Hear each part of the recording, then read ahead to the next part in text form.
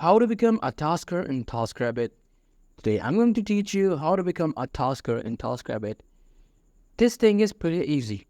So in order to become a tasker in Taskrabbit, we will go to their website, which is Taskrabbit, of course. And I'm going to click on this first website. And now you'll see something like this. Now what you have to do is, I'm going to close this. I'm going to have to click on this, become a tasker. And here it will take you to this page. Now here, as you guys can see, you have to select your area. There are only limited areas to become a tasker at Taskrabbit, and you also have to choose the category. But in which area I live, it is not here.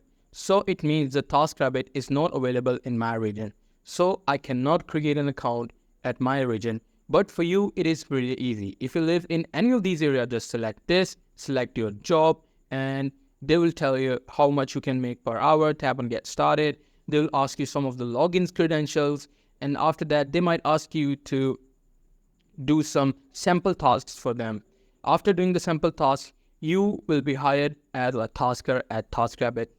So that's pretty much it. That's how you do it. Hope you find this video helpful.